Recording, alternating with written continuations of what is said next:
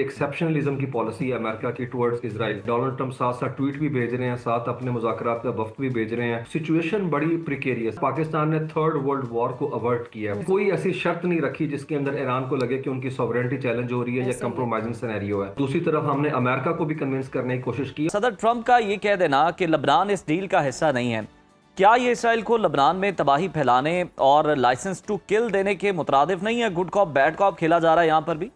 जी जी जी, एक तरह से अनचेक्ड इम्प्यूनिटी है इसराइल के एंड के ऊपर कि जिस तरीके से हमने देखा एक्सक्यूज मी गजा से लेके लेबनान और फिर शाम तक जो है हमने यही प्लेबुक देखी, यही पैटर्न देखा कि अब वो बफर जोन बनाने की बात कर रहे हैं सदर्न लेबनान के अंदर।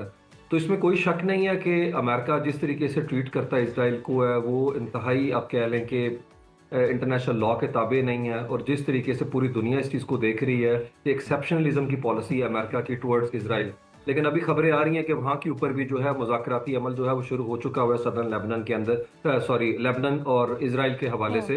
तो मेरे ख्याल में इन जो मुज़ाकरात जिस एक तरह से सिचुएशन के अंदर हो रहे हैं वो कोई इतनी फेवरेबल सिनेरियो नहीं है। डोनाल्ड ट्रंप साथ साथ ट्वीट भी भेज रहे हैं, साथ अपने मुज़ाकरात का वक्त भी भेज रहे हैं। इसराइल मुज़ाकरात भी कर रहा है, फिर बमबारी भी वहाँ पे वहशियाना सफाकाना तरीके से लोगों को जिस तरीके से वहाँ के ऊपर मारा जा रहा है, कत्लेआम नज़र आ रहा है। लेकिन देख ले सिचुएशन बड़ी प्रिकेरियस है, इसमें कोई शक नहीं, वोलाटाइल सिचुएशन है। लेकिन जिस तरीके से पाकिस्तान जंग के दौरान जो है, मेरे ख्याल में हम तो अभी पाकिस्तान को देख रहे हैं, जंग के दौरान हमने कोशिश की है कि भाई को भाई से ना लड़ाया जाए। जिस तरीके से पाकिस्तान के वजीर खारजा ने कहा, हमने सुन्नी शिया की यहाँ पे डिवाइड जो है उस तरीके से नहीं होने दी और स्पॉट लाइन को एक्सप्लॉइट नहीं करने दिया इसराइल को।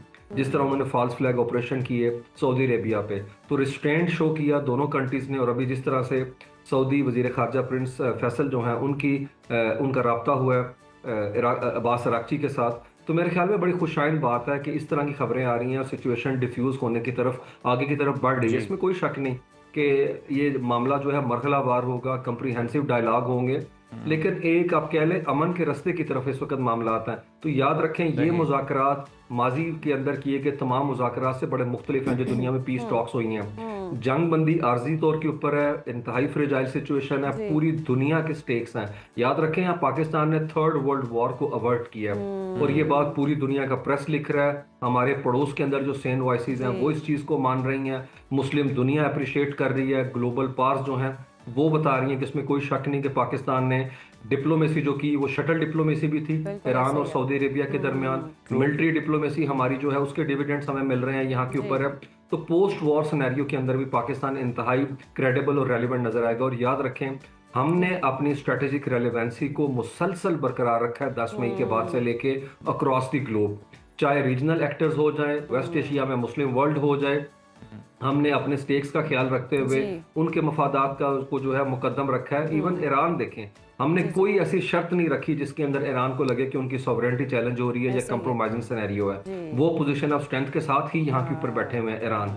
और दूसरी तरफ हमने अमेरिका को भी कन्विंस करने की कोशिश की। और याद रखें इसी अमेरिका का हमने चीन के साथ रब्ता करवाया 1972 के अंदर है। और दूसरी तरफ हमने 2016 के अंदर इसी अमेरिका को बैठाया था दोहा में अफगान तालिबान के साथ। और अभी 10 साल बाद इसी डोनाल्ड ट्रंप की एडमिनिस्ट्रेशन को हम दोबारा बैठा रहे हैं आमने सामने। और इस दफ़ा जो है मुज़ाकरात का जो मेज़बान है वो पाकिस्तान होगा। और याद रखें ये इंतहाई संजीदा नौइयत के मुज़ाकरात हैं। जेडी वैंस का आना मेरे ख्याल में बताता है कि डिसीजन मेकिंग जो है वो जिनका हिस्सा है डिसीजन मेकिंग के अंदर वो वक्त यहाँ के ऊपर आ रहा है, उसे बार बार इनपुट नहीं लेनी है। यहाँ आ रहा है और ये क्रेडिट सारा पाकिस्तान को जाता है। उस्मान साहब बिल्कुल दुरुस्त फरमाया, जिस तरह से पाकिस्तान ने सबको कनेक्ट रखा है और सबको लेकर चल रहा है, बहुत ही काबिल तारीफ है और दुनिया भी मुतरफ है। आपको जो अमरीकी वफ्द है वो कितना बैलेंस नजर आता है?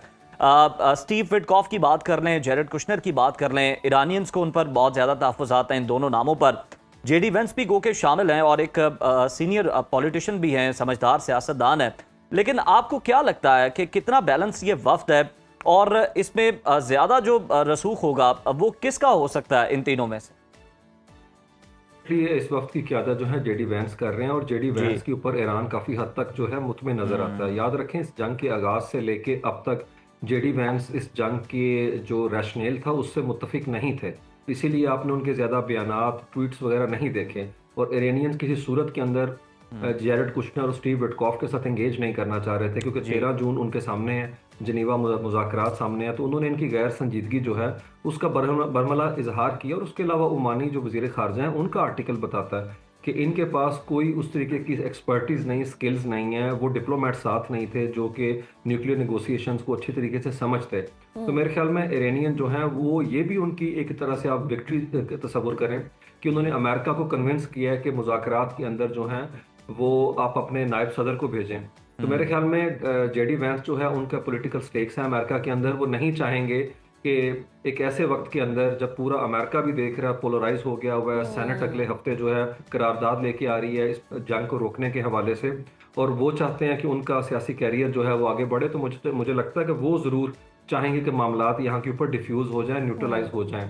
और बाकी फेस सेविंग के लिए जैरेड कुशनर उनको इसलिए डिस्पैच कर दिया गया है कि अगर ऐसा जेडी वैंस के साथ किसी और को भेजा जाता है, मार्को रूबियो को, तो ये इंप्रेशन चला जाएगा कि डोनाल्ड ट्रंप के से मुतालिक जो उनकी पॉलिसी थी डोनाल्ड ट्रंप की, स्पेशली कि मैं खुद जो है फॉरेन पॉलिसी के फ्रंट को देखूंगा, वो काफ़ी हद तक बैक बर्नर पे चली गई है। तो एक तरह से डोनाल्ड ट्रंप ने अपनी फेस सेविंग भी ली है, इनको भी फोटोशूट के अंदर जो है हम देखेंगे। लेकिन जेडी वैंस जो हैं आप उनको एक क्रेडिबल प्लेयर के तौर पे यहाँ पे देखें, जो इस जंग के ना पहले हामी थे और अभी जो मंजरनामा दुनिया के सामने आया हुआ है कि कमोपेश सूरत हाल अगर वैसी नहीं तो उसके करीब करीब है जो सोवियत यूनियन का हशर हुआ अफगानिस्तान से। 5 साल पहले आप जिल्लत समेट के जो है 2021 अगस्त में निकले अफगानिस्तान से, ठीक 5 साल बाद उसके पड़ोसी मुल्क में आप जलील हो रहे हैं और यहाँ से निकल रहे हैं। एक फौजी को निकालना है, 155 तैयारे आगे, $50 करोड़ आपके पास वो लग गया ना। आप जनरल केन की सुन रहे हैं, टॉप 6 आपने जनरल हटा दिए, रैंक फाइल जो है वो लड़ने पे आमादा नहीं है, वो कॉन्शियस ऑब्जेक्टर बने हुए हैं। वो कह रहे हैं कि हम गैर कानूनी गैर अखलाकी जंग का हिस्सा नहीं बनना चाहते। खुद जो है मेगा बेस आपकी जो है वो पोलराइज हो चुकी है, अप्रूवल रेटिंग आपकी बॉटम के ऊपर जा रही है। आपके जो अलाइज हैं खित्ते के अंदर, पर्टिकुलरली नॉर्थ की तरफ अगर हम देखें अक्रॉस द अटलांटिक, तो वो सारा बैकआउट कर गए हैं, वो अपनी एयर स्पेस नहीं दे रहे आपको मिलिट्री सप्लाईज के लिए। खलीजी रियासतें आपसे जो है वो काफ़ी हद तक नाला है कि आपने उनकी उस तरह से प्रोटेक्शन नहीं की।